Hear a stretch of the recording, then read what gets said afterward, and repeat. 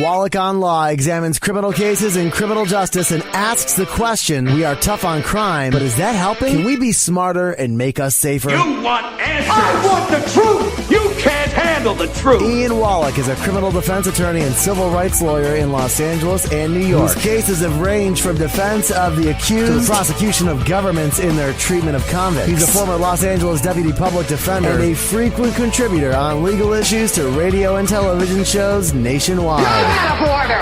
You're out of order! The whole trial is out of order! You're gonna need a bigger boat. This country, our courts are the great levelers. In our courts, all men are created equal. This is Wallach on Law. Here's your host, Ian Wallach. Hello, everybody. Thank you, and welcome to this week's edition of Wallach on Law. I'm your host, Ian Wallach. A special hello to our new listeners in new territories. Very thankful that you are on board to spend a little time joining us and listening to this conversation. And today's conversation is about exoneration. And to understand exoneration, we're going to be speaking with two very special guests. Our first is Cynthia Orr. Now, Cynthia Orr is one of the most accomplished criminal defense attorneys in the country. And she's going to come on and she's going to talk about some of the hurdles and the roadblocks and the randomness that can take place on the road to exoneration. And then we're going to speak with Christopher Ochoa. And Mr. Ochoa is an exoneree. And his situation is... It's unique. Not so much unique. His conviction was the product of a forced confession, and we're going to talk about what it takes to make someone confess to something that they did not do, and how he was able to be one of the rare few individuals who gets their convictions examined and then ultimately overturned and exonerated. But first, let's talk about some legal news. In Annapolis, Maryland, a detective accused of murder during an incident of road rage has been acquitted. Now, this was a very racially charged trial. The defendant, Joseph Walker, he was black. Detective Walker, he was black. And the decedent, Joseph Harvey Jr., was white. There was multiple claims of prosecutorial misconduct throughout both the grand jury proceedings and the trial in this matter, and it concerned the withholding of Brady evidence. Now, this is evidence that the prosecutor is supposed to put forward or turn over because it's favorable to the defense, and that certainly didn't happen during the grand jury proceedings here. Almost didn't happen at trial until the defense counsel was able to learn of it independently and have it be court-ordered. Well, the jury got the case, and after about 6 hours of deliberation, Detective Walker was acquitted on all counts. And he was represented in that matter by Charles Curlett.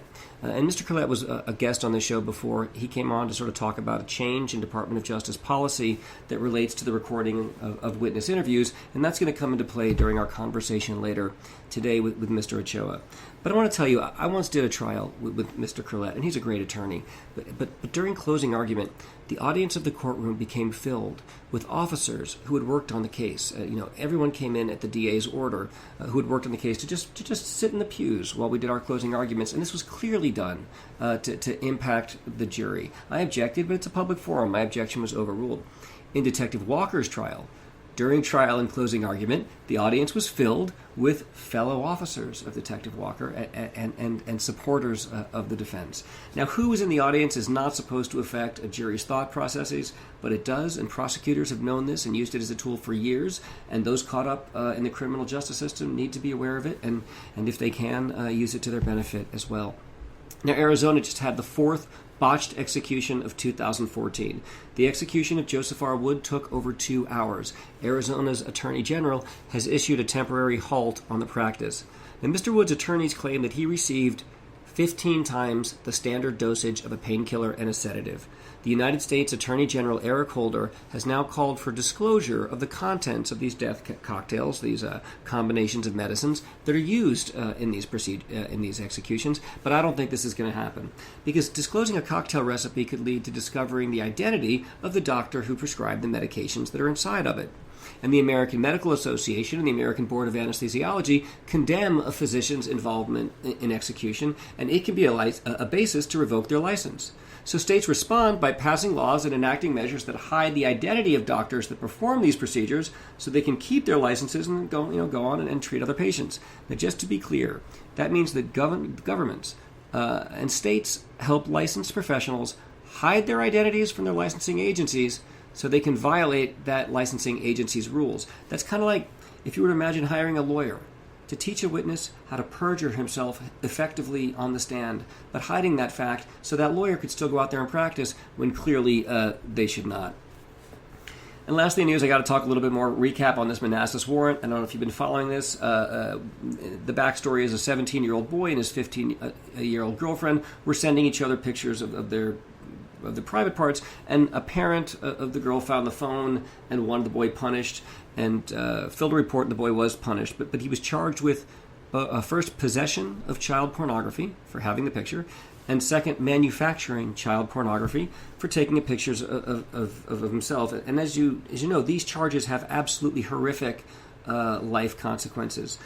He was stripped, his private parts were photographed, and then the DA, the day of the hearing, the juvenile trial, the DA told the lawyer that unless he pled guilty, the DA was going to execute a warrant, the officers were going to execute a warrant that would force this boy to be taken to the hospital to have his privates injected to create a state of arousal so they could do another round of photographs that they were going to use as evidence in the trial.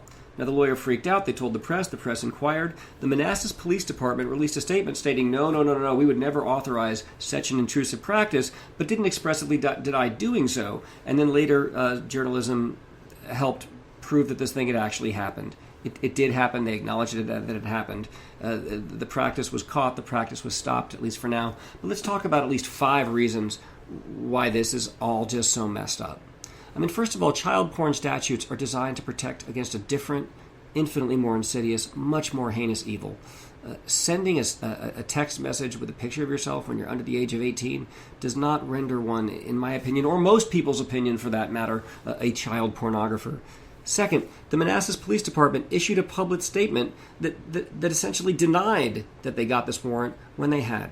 Okay, and this false release of misinformation, maybe they could say, rely on a grammar trick or whatever, this completely undermines the public trust. Third, in the name of fighting child porn, officials wanted to make child porn. That's so disturbing. Fourth, no one accused of a crime should be forced, as part of an investigation, to experience a far greater injury than they are alleged to have caused. And fifth, the Manassas Police Department lied. The DA and the officers who sought the warrant, well, they got caught. There's a judge out there that actually signed this warrant. And guess what's going to happen to these people and these agencies? Guess what's going to happen to them? Nothing. Absolutely nothing.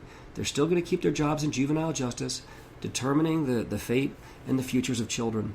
And simply put, that is one big mess.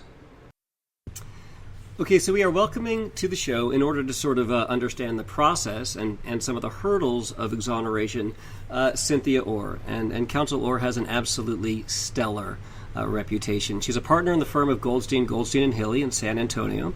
She's a certified criminal law specialist in both criminal law and in criminal appellate law. She's a past president of the National Association of Criminal Defense Lawyers, an organization I am proud to be a member of. She co-founded the Texas Innocent Network, but I could go on, but I want to mention 2 accolades for which she was recognized just this past month. This year, she received the highest award offered by the NACDL. It's the Robert Heeney Award, and if you were to distill down what it's for, at its essence, it's basically for being the best person ever. It's given to the person who embodies the principles of the organization to the highest extent, and she was the honoree this year. And she's also chair-elect to the Criminal Justice Section of the American Bar Association this year. Ms. Orr, welcome to the show. Ian, thank you for inviting me on. It's a pleasure to talk to you. Oh, it's. I'm really excited to have you here. But listen, it's sort of a somber conversation. Today we're going to be talking to you and to an exoneree, and we're going to be talking about the exoneration. And I think what people who aren't involved in the legal process, some of their questions, people think it's an easy process. They think, okay, someone claims they're innocent, it's easy to prove it, and they can walk out the door. And I'm pretty sure, right, that's not an accurate conception. And I could, you and I know differently. And, I think what most people don't realize is what a crapshoot it is for someone who's innocent to even get their case heard or investigated or defended by a criminal defense lawyer or the Innocence Project or nice civil lawyers who often give their pro bono hours to help in these cases. And just to clarify, I think most people know what pro bono is, but that's just when a lawyer decides to work, for no money because they believe there's some injustice. and they want to vest their time. So I didn't mean to cut you off. It's one of the proudest traditions of the criminal defense profession. I'm not aware of many other professions that engage in that kind of work to improve the system of justice. But that's, Ian, is where that crapshoot comes in, and by that I mean people that are lucky enough to have their cases worked on are just the luck of the draw. It depends on whether one of these lawyers has an open slot.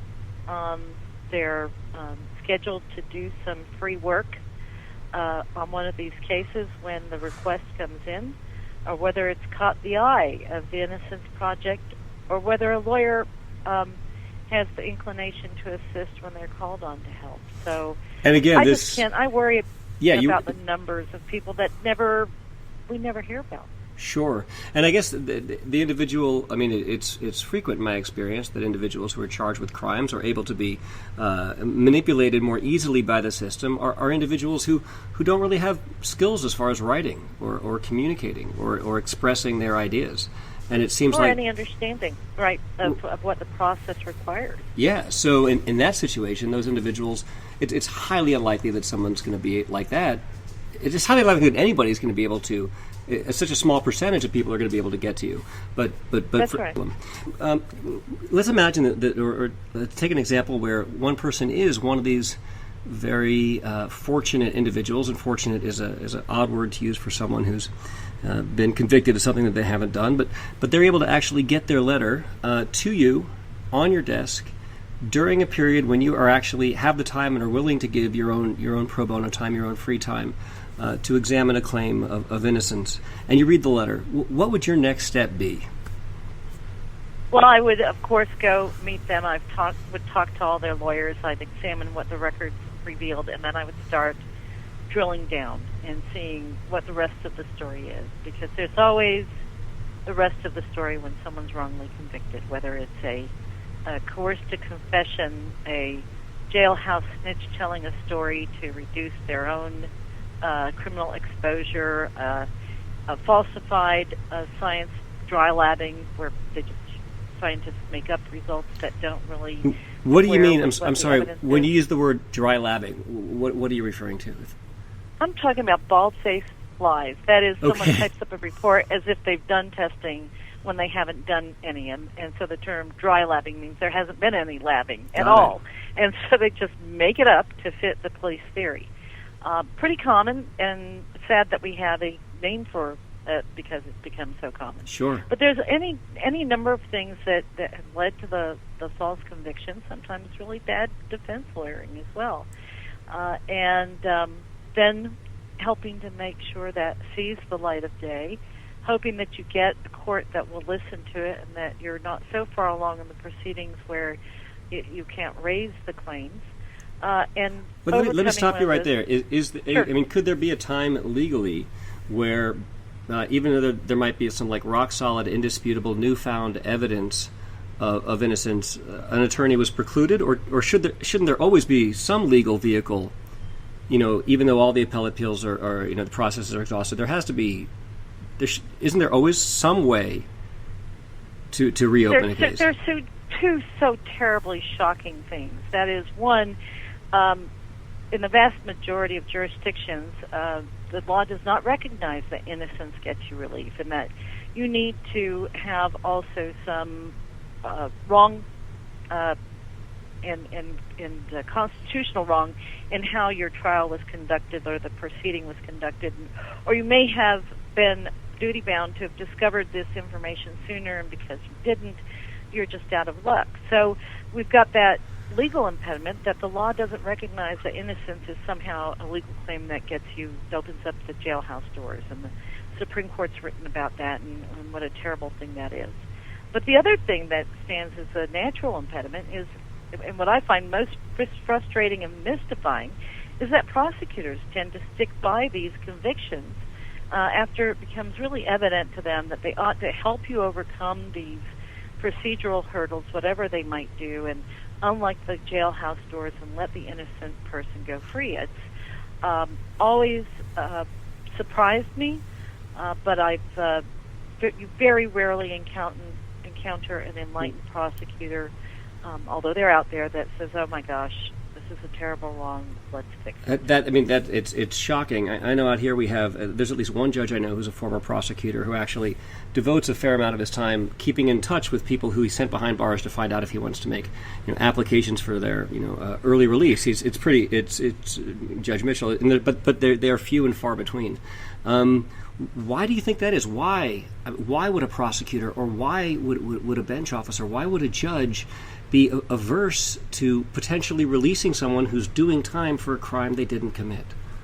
I think because these disenfranchised people have become politicized. It's, oh boy, I want to be known for unlocking the jailhouse door. I want to be known for being soft on crime. That doesn't get these district attorneys elected or the judges elected. In fact, there's this wave of anti-fairness sentiment that's used unfairly to try and defeat fair-minded people from taking the bench or becoming prosecutors, elected prosecutors. So instead of looking at what's fair and just as the professionals that we are, a lot of these folks are pressured into, I've got to think about what this means for my poll numbers, my election numbers, my popularity, and I just simply can't be a part of it.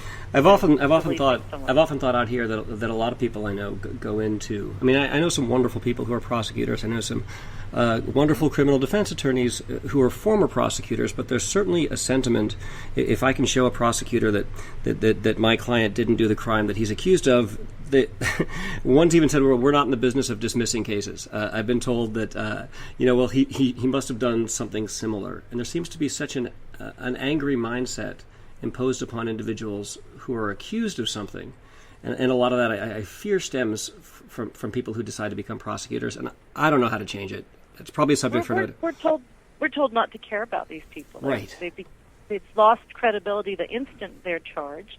And then it's sort of like, well, let's all break the rules together to get this conviction. And then as Brady violations, that is, undisclosed favorable evidence unfolds or these injustices come about, it's the rare case where the prosecutor will say, as in Senator Ted Stevens' case, I'm sorry, we really can't stand by this conviction any longer. We need to overturn it.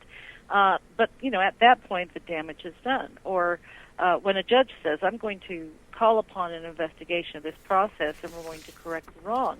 The problem is there haven't been consequences when prosecutors have done this, and I think that, our system needs to temper prosecutorial discretion and prosecutorial wrongdoing that currently is immunized by, having some consequences apply when people have acted wrongly, and I so think that they lose the incentive. We're beginning to see that just a little bit. I mean, and you were involved to that in some degree as regards the Michael Morton trial and the hiding of evidence that led to his conviction. And sadly, this is the only example of this that I know of. But where it's the first time in history that a prosecutor spent any time in jail for intentionally hiding favorable evidence in a case that wrongly caused an innocent man to go to prison.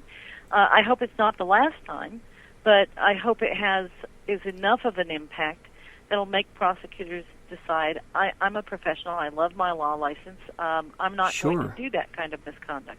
Sure. Well, listen, if you're just joining us right now, this is Wallach on Law, and our guest is Cynthia Orr. She's with us today discussing exonerations. Now you've worked with exonerees, and both before they've been exonerated and after, and I imagine that for some of the same reasons that might have led you into the field of criminal defense, you've gotten to know these people, both during their periods of incarceration and afterwards. Is that fair to assume?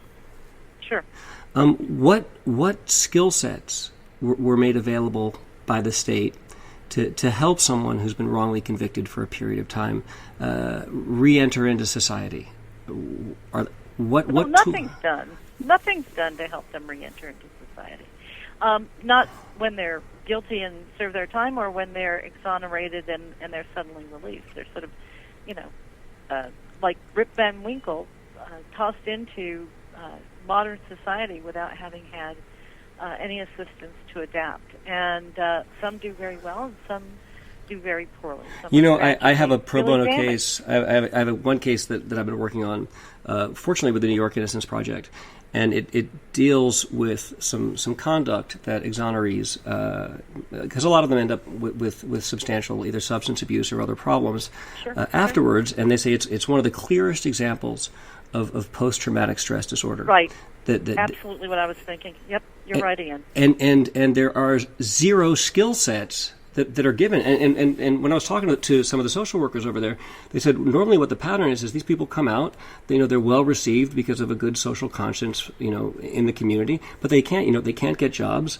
And if they may, as many people do, self-medicate, turn to alcohol, turn to something else, and it's an absolutely disastrous problem, coupled with the fact that how do you throw somebody back in jail if the reason that they're not going along with the rules of society is society's problem? And these people were ill-equipped in two respects when they started down that road. One, many of them trust the system and think, well, I'm innocent, so I'll be acquitted. And they don't expect the sort of unfair, prejudicial sort of process they go through where it's presumed they're guilty. There really isn't a presumption of innocence. Jurors really don't do their jobs to protect them against the strength of the government and acquit them if the evidence is not there. And the second thing is many of them are just ill-equipped just generally. They're not intelligent. They're not well represented. They're sometimes young. Makes them easy targets. Police skills, they are. And but so, as Michael Morton said, where I go, you go. This could happen to you, and we do need to work harder to make sure it doesn't. And it's not letting it rest on the current Russian roulette system of, this one's going to get reviewed because Cynthia and Jerry have time to work on it, or Barry project can do it, or John Rayleigh, civil lawyers willing to become involved. That's just not anything that we can be proud of and say, hey, the system works here. It doesn't. It's broken. And we need to do something more systemic about right now, when you talk about needing to do something systemic, I mean, there's over 200 exonerations now effectuated by Innocence Project. That's over 200 individuals who were locked up. That what I don't think people realize is that also means that individuals who committed over 200 heinous crimes were allowed to go free. I think that's right, and kill and hurt again, and it's a public safety issue.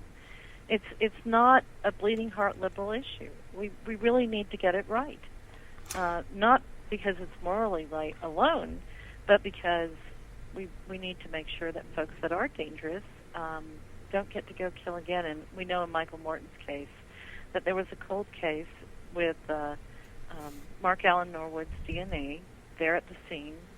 He's the fellow who's convicted ultimately of really killing Christine Morton. Mm-hmm. And his DNA was at the scene of another woman who was bludgeoned to death with a young child. So it's so important, even for law enforcement, that instead of just closing cases, we try and get it right. Yeah, we try to get it right the whole way around. Right, and be open instead of retool our case when there's evidence that someone's innocent. I think one problem that we're seeing is coerced confessions. A lot of people say, no one's ever going to confess to a crime they didn't do, especially a heinous crime. And I don't think, and we're going to speak to Mr. Ochoa a little bit, but I don't think people really understand that it's not a question of what kind of person would confess to a crime they didn't do, but really a question of what can happen to a person to make them confess. Right, they're subject to really professional and scientifically proven skills that are used to get people to say what you want them to say. You can go home after you say this. We'll let you, leave our presence. We'll just say it, and things will go your way. And they think, well, I'm fine. I'm with a police officer I can trust. If they say I can go sure. home, that's fine. What gets mind-boggling... Officers, as we know, are allowed to lie. Well, I understand that they're allowed to lie, and I mean, that may be troubling. That's separate. What really frustrates, what I'm shocked by when I speak with these individuals is, how they'll stop and restart a recorded coerced confession after someone's beaten if the facts aren't right, and they're like, no. Okay, say it again, but this time the room was blue. Say it again, this time the room was red. And it seems to me that somewhere in that process, they should think, hey, wait a second, he doesn't Maybe know. We're wrong. If I'm needing to tell him what the facts are, I'm guessing that I believe he doesn't know what they are. Well, you'd think so, but a law professor who used to teach at the police academy told me one time that we make the wrong assumption when we think police are there to solve cases. They aren't. They're there to close cases. Sure. As soon as they can jam that round peg into that square hole, they're done. They're done and they can go home. And so I think that's the phenomena that you're talking about. Well, I would add to it. I think they pretty much have they tend to be people. I mean, I know some very brilliant officers, but higher education's not a requirement. They're people who tend. A lot of ones that I know are people who want quick answers, and they also are part of their job is the comfort in getting people to say what they want them to say, and it's a dangerous mix, especially when it comes to confessions. I think some of it has to come with their training. I think a lot of well-meaning officers just get it wrong. I don't think law enforcement officers are stupid or ill-intentioned, but I think it's a part of culture, and they look at the rest of the world with really jaundiced eyes. And it's a matter of we're going to be patient until we can hammer at this out of this lying suspect, instead of thinking, wait a minute, he really doesn't know this stuff. Right. Well, actually, and I want to talk to you about that. If you're just joining us, this is Wallach on Law, and our guest today is Cynthia Orr. We're discussing exonerations. And as you know, I think it was in July it went into effect, but there was a May Department of Justice policy memo that seems to be part of Eric Holder's efforts to sort of change part of the process. And this was the policy memo urging that suspect interviews be recorded. I know that's a new memo, and it only says when practical, and it has lots of outs. But that certainly still isn't the policy, and rarely is the practice out here in California. Is it the practice in Texas yet? We're very lucky in that it has been enacted Fantastic. and into law in state court. And, it's really been wonderful. Although, the question is, when does the recording start? That's always helpful. That, we're not having an interview begin in the police car or at the scene before we get someone in to the interview room. But we actually have an exclusionary rule that would exclude statements if they're not recorded. And it works really well. That's fantastic. I mean, how did that? I'd love to know how that came about, because we certainly don't have that here, and we really need it. Well, we had a very odd bedfellow in helping that go by, and that was Barbara Hervey, who's one of our justices on the Court of Criminal Appeals, who's very law and order. She was one of the people who promoted it because she saw it as helpful to law enforcement. Because it is. It is. It really is. That's why. I mean, it gives them. It gives them. It gives them substantive affirmation of the information that they're trying to put forward. Right. So I've never really understood why the FBI had this policy against recording statements. That just never made much sense to me. But you and I have encountered as defense lawyers how the statement is in the eye of the beholder, and oftentimes things that happen much differently are recorded in a different way by someone that looks at the statement from the perception of someone who assumes someone's minimizing or lying, or who they think they're looking for them to say certain things. One thing I learned from about Mr. Ochoa's case that I was so shocking, and I'd love you to comment on it if you can in the few minutes that we have, is that there was a separate confession for the individual who actually committed the crime, and it was coupled and was able to be confirmed with DNA, and the law enforcement response was not to liberate him, but rather to try to again coerce him to make a confession linking him to the actual killer. And I wonder how much of that is embarrassment and covering their own misconduct, and how much of it was really thinking that they were linked. But, that's the reaction whenever you provide evidence of innocence. It's not just in the context of coerced confessions. The first reaction of a prosecutor is, I'm going to retool my case to allow for this part of the story to fit into it, rather than saying, oops, there's something wrong here. Exactly right. It's stunning to me too. It happens every time, and I really can't pretend to understand enough to explain the phenomenon, other than at this point we're dealing with adversaries and folks who are fighting to win something, a contest, instead of people who really are looking at, my job is not only to represent law enforcement, but also to represent the citizen accused and to make sure we achieve justice. I don't think that job is taken seriously enough. Not at any stage in the proceeding, not at any place or anywhere where our system of justice places that duty upon prosecutors and law enforcement. And I think it's time that we start holding people accountable for that part of their duty as well.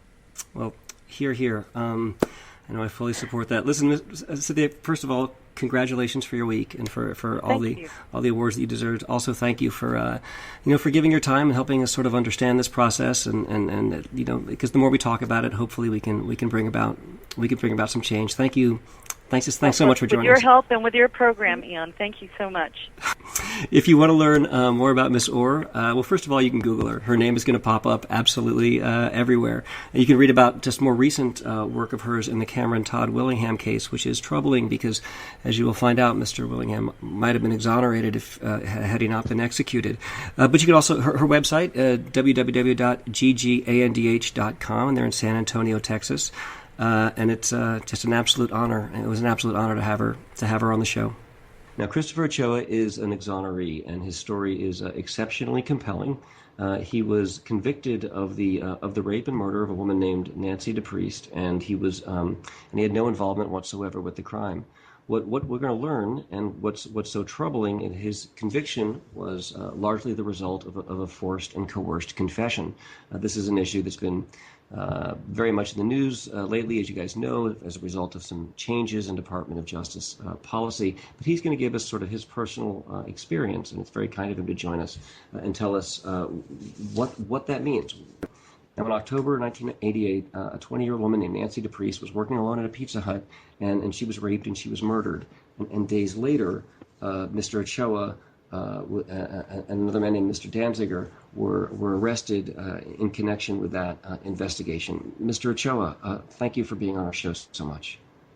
You're welcome. My pleasure.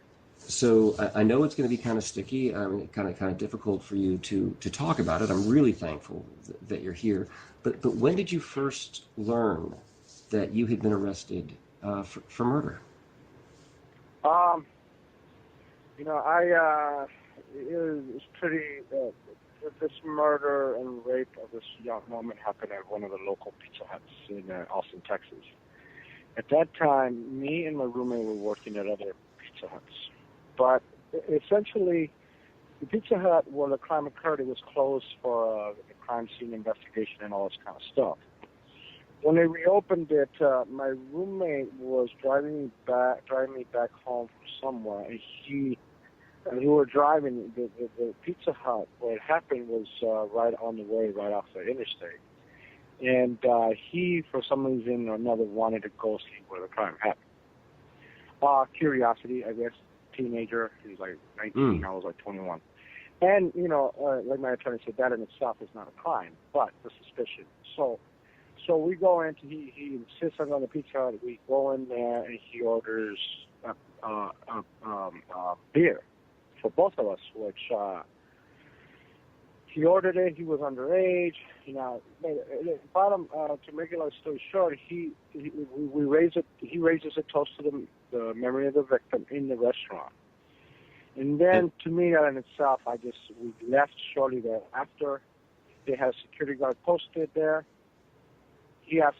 My roommate starts asking questions of the, and then I guess crime and stuff. That sort of triggered an amount of suspicion. When after were you arrested, and where were you taken when you were arrested?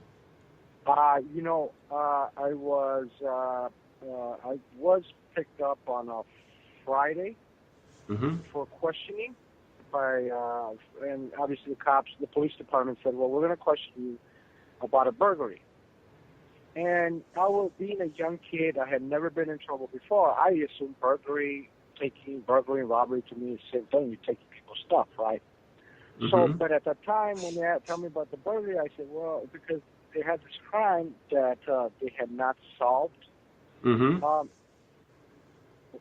They had not solved, so it was pretty.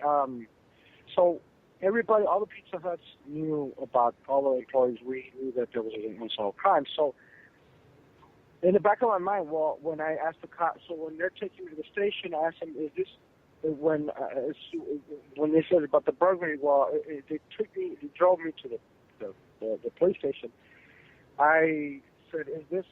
Just out of curiosity, is this about the murder at the Pizza Hut on the young woman?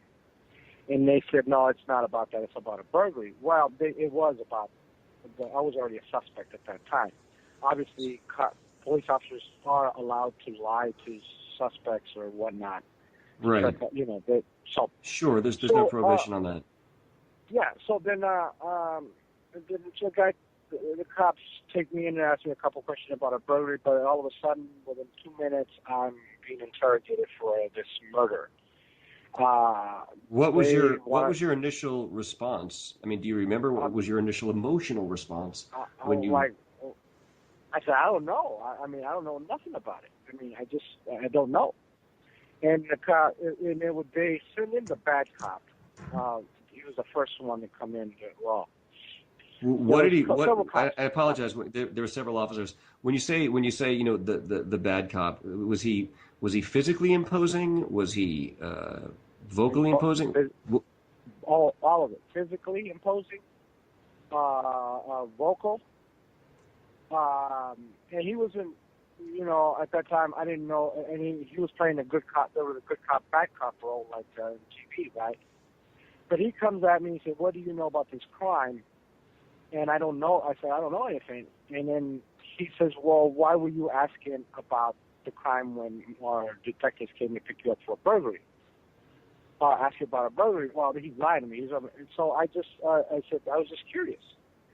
And he says, "Nobody's just curious. You got to know something. You know something, and if you don't tell me what you know, if somebody did it, and they came and told you, and you don't tell us, we're going to charge you with capital murder, and you get the death penalty." I mean, right? It didn't take about 10 minutes. He started before they're telling you that you're looking at the death penalty and life on death row. Exactly. Yeah. What did you do? I mean, how does anyone respond to information like that, especially when they're innocent? Yeah, and I told him, well, I know what you said, but there's nothing I can't tell. There's nothing I know. I don't know anything about it. Well, I don't believe you. I think you're hiding something, and I'm gonna charge you. I'm not gonna play games. I mean, he walked out of the room. Then the good cop, right, comes in. My partner's just a hothead. I can calm him down. You know what? And then this is what got me, is that he said, "Just tell us what you know, and then you can go." So I was 21, so, okay, at this point, I had never been in trouble with the police department. And we're always taught as kids in school, the police department comes and tells us, right, all of us, that we're there to help you. We're there to protect you, right? So I was always in the assumption that that's what they were there for. So, so the guy, the good cop said, "Well, if you give us a statement, you can go." And that started wait a minute. You're saying I can't leave? So I already put it in my mind that I did not have free will to leave, although I did. You know what I'm saying? Right. But that in itself, the respect I had for police officers, said, okay, I don't, and I didn't know. I just didn't know. So he walked out, and the bad cop walks in and starts issuing more death penalty threats, getting in front of my face. How long did this process take? Was it a series of hours? Was it a series of days? Yeah, it was the first one on the Friday was 11 hours. So it was pretty long. And did they tell you that you had a right to lawyer? Or did they just sort of read it to you off a form, or did they not mention it at all? What? Well, here's what happened, and then so they're in between shuffling and questioning me. A female detective, a Spanish detective, walked in, and I thought, to me, in my mind, oh, she's a female and she should be more compassionate than these guys. So I asked her, "Do you think it's possible that I can get an attorney?" Right? And she turned around and gave me the dirtiest look. said, no, you cannot have one until you're officially charged. Well, I'll come to find out that what I know to my attorneys and what That's not the case. I already invoked Miranda. Now, once I do that, they should stop. They shouldn't even. Right. But they kept on questioning me. They kept on. This was early on. At what point after the questioning, how far? They didn't just want you to stand up and say, I withdraw a plea of not guilty. They wanted you to actually participate in the prosecution of you and Mr. Danziger. Is that correct? Yes. And their whole angle was, didn't Richard Danziger tell you that he and your roommate did he do this? I said, no, I don't know. And I kept on because I didn't know. But as time wore on, he showed me pictures of death row of the cell. Mm-hmm. If you don't cooperate, this is where you're gonna live the rest of your until you die. You're not gonna be able to hold your family anymore because that's not allowed in death row. And I'm gonna make sure I'm there when they execute you. You don't cooperate with us. And then what else changed? I mean, the human will is strong, but eventually there comes a point where anyone is going to crumble, especially when facing. No, especially when facing the forces of a government. How long were you? When did you crumble, and what made you crumble? I think I was pretty. Several hours into the interrogation, I was just tired. I wanted to go home. I thought I couldn't go home unless. And they was just kept on. But I was already tired, exhausted. I just wanted to get out of there. But what triggered me. So you know what? Just what do I have to do? I just want to give me whatever they wanted me to say. I just wanted it done, right? Because there was one point the detective said, you know what? I am getting sick and tired of your BS. I am going to just book you. You've never been in jail before. I saw your record. I'm going to book you and throw you in there with the rest of the inmates, or you'll be fresh meat for them.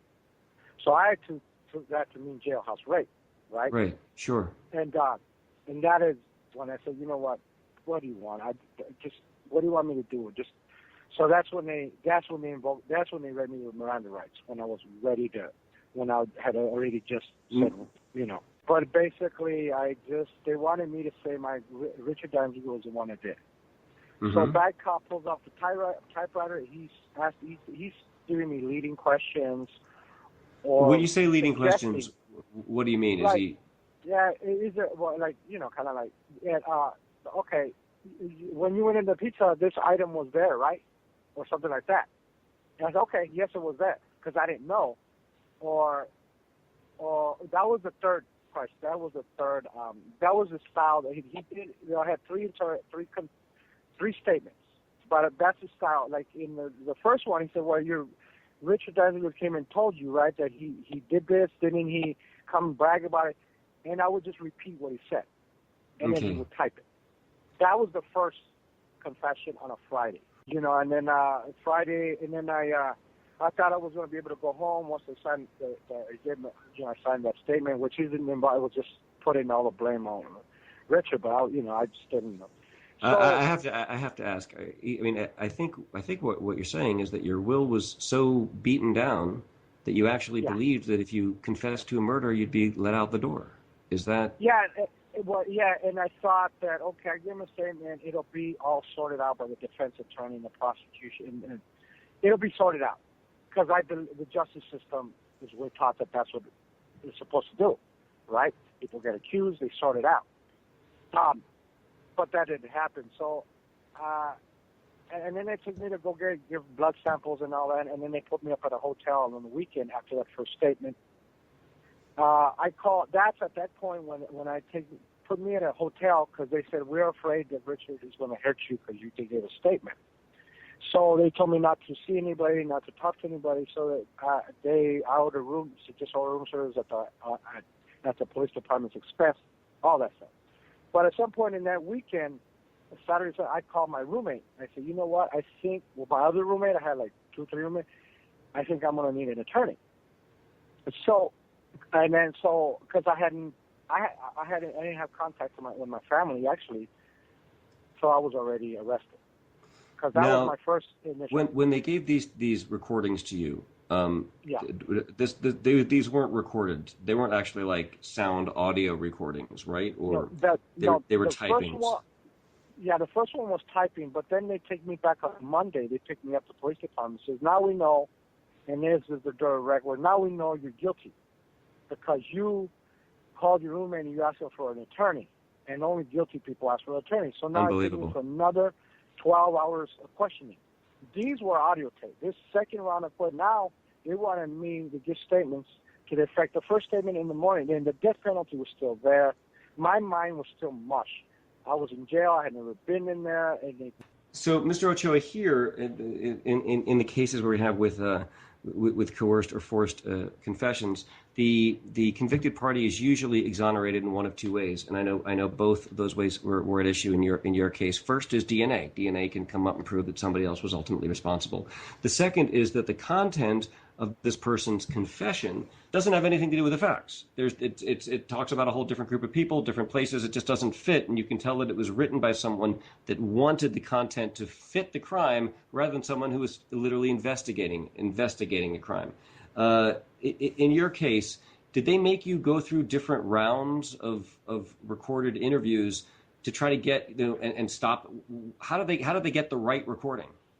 There was 2 rounds. The first one, it was just basically that I was, second confession they wanted, I was on audio tape that I was a lookout. That was pretty simple. It was like from the day before. But then they wanted now they wanted me to be inside the Pizza Hut. And that one was being recorded, but because I didn't know the facts, they had to stop the tape and say, wait a minute, wasn't it this color? And I was guessing, and they would stop and rewind the tape. Unbelievable. And then once they clarified it, they would run. Then they would play. Were these audio tapes ever made available to you or your defense counsel in their entirety during the defense? I would not. I could not answer that. The one thing I will say,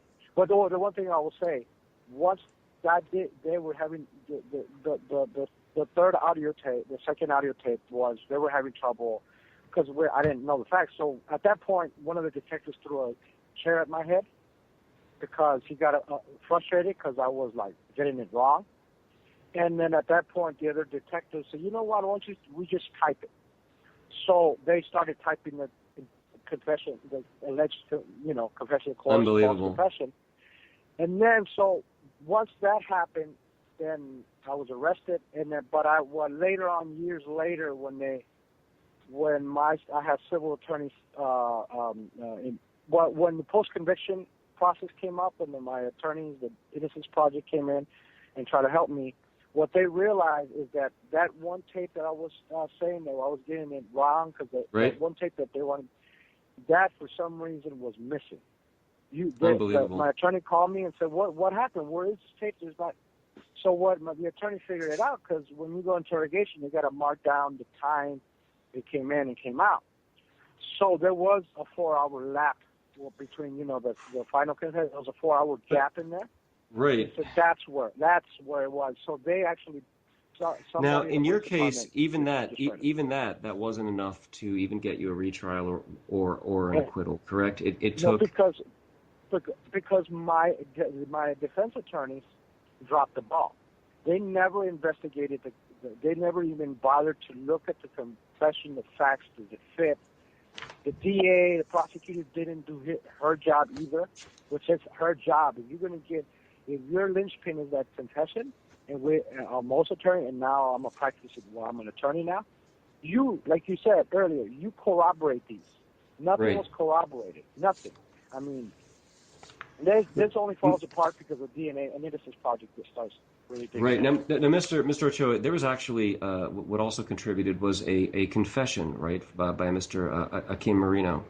Right. And he confessed. Apparently, he confessed in a series of letters that were disregarded, including one to George Bush when he was the governor. He titled a murder confession, but even that didn't immediately result in your release or a retrial. Is that correct?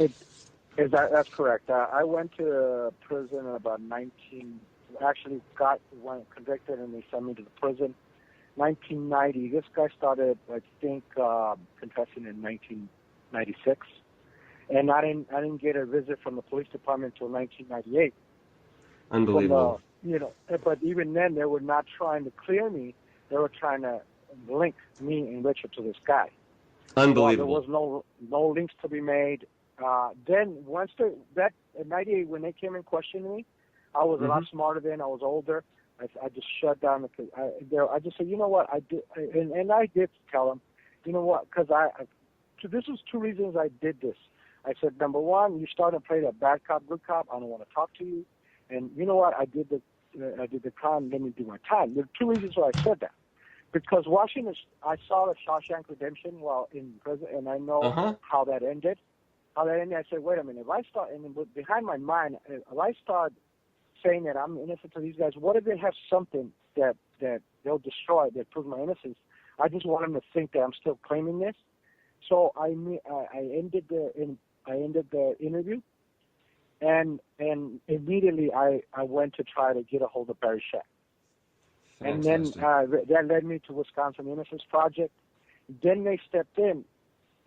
But what I realized later, that the detective, and it was a Texas Ranger that came to see me to talk to me, Well, little did I know is that those two guys were actually, they smelled something funny. When they actually, that detective that reinvestigated, he started actually looking at the confession. And said, there's no way. So that's pretty admirable. It means that there's individuals. It's not all bad apples. There's individuals who go to this job because they believe in this job, and they're willing to even call into question the conduct of their comrades in order to effectuate justice. Now, Mr. Ochoa, one thing that that we deal with, that I've come to learn, especially I do a little bit of a pro bono practice with some exonerees and releasees, and there seems to be, as a common occurrence dealing with to an exoneree, is the infliction of PTSD or post-traumatic stress disorder. Do you believe that that's true, and was any training therapy provided to you by the state, and what could we do to these people who are now being released after periods of confinement for crimes they didn't commit? I think there is currently no therapy, no psycho. I literally had to pay out of my own pocket out of a lawsuit there I was successful on. But there is no therapy. I think there's some states that are starting, and and there's people lobbying different state legislators, and that's one thing I've been adamant when I do go lobby for either DNA statute or anything to try to help the system. And one thing I tell these lawyers that are lobbying, or whoever is not lawyers, but people, the groups are like, you got to address the therapy. Nobody's giving us therapy. PTSD is real. I was diagnosed with severe PTSD, one of the worst cases this psychiatrist has ever seen. He didn't anticipate. He pretty much in my reports. The report said it's going to be difficult for me or anybody on a foot that is coerced into a false confession, or cops manipulate them because they're in a position of authority. I now don't trust even the doctor, the therapist. Sure, that makes total sense. So there's never in this. That's going to be what's either, and I try to deal with it as much as I can. I'm really, very fortunate that I had the support, that I had wonderful civil attorneys, wonderful post-conviction attorneys that were there. And a lot of these exonerees, that's all they have is the Innocence Project. The attorneys are there, but it's not the state. Just throws us out, no money. Even like parolees get more benefits. And you have no network, no support. Years lost of education. It's not like it was probably easier for you to get a job. I mean, it sounds pretty. But what you did was become a lawyer, right? Yes, I did. I became a lawyer. I was my lawyer. One of my lawyers, before I was going to be released, he sat me down. He said, "Chris, this case, when it unravels in the media, because it was pretty prominent, even and have people, even China or people from overseas know about the case. People, especially in the United States, they're going to be troubled because you had never been in trouble, and it's going to shake people's faith in the system, in the legal system." He said, "But you don't have to do it, but it would be nice if you came out and say, hey, try to, don't." try to speak. It's not, the system is not. Well, did you? The people. Let me ask. Did you lose faith? I mean, do you think it's a broken system, or do you think it's a system that works and that has some flawed players or some flawed occasional political motivations? What do you think it's a broken system, or is it one that just needs to be? How would you describe it? I think it needs to be tweaked. I think the system, the justice system, and the way the founding fathers of this country, you look at it, whether it's checks and balances among the government branches, in the justice system, the same thing. You got the prosecutors. That's why it's an adversarial system. You get the prosecutors, the defense attorneys. Everybody trying to look over, trying to catch it. But I think some of the players in the system get caught up, either DAs, politics. They want to get a conviction so that they can win. They can win election. Police officers want to get promoted. And I'm not saying everybody in the system is like this, but defense attorneys get jaded. They've done it too long. They don't know when to get out, so they don't do the actual effort. But this system is designed. It is one of the best systems in the country. It's got to be. It just needs to be tweaked. That is such an admirable thing to hear from someone who is subjected to what you were subjected to. Now, Mr. Ochoa, do you have any advice for people who are incarcerated but maintain their innocence, or for the loved ones of individuals who are incarcerated and maintain their innocence? Well, I think the best thing they can do is the loved ones. If you feel that your loved one or your relative, your brother, son, husband, whatever, wife, daughter, if they're in that situation, just reach out to the Innocence Project. And, the Innocence Project, they have projects now, 12 years, 13, 14 years out. They now have pretty much Innocence Projects all over the country. And where if your loved one is in California, you got Innocence Project in San Francisco. You got one, I think that you got one, there's several of them in California. Mm-hmm. Texas has got a couple of them. Wisconsin's got a couple, and then you got the big one in New York that's in the flagship. But they're all puppet. They're even setting up Innocence Projects in Australia, in Japan. It's impressive, but also it's also. I mean, these people can write a letter to the Innocence Project, but the Innocence Project is pretty inundated. What do you wish? What were some of the most supportive words that you ever heard from your loved ones while you were inside?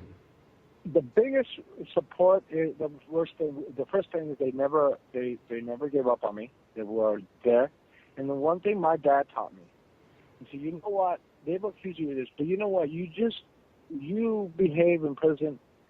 Show them that you're not that type of person. Don't go act like a knucklehead.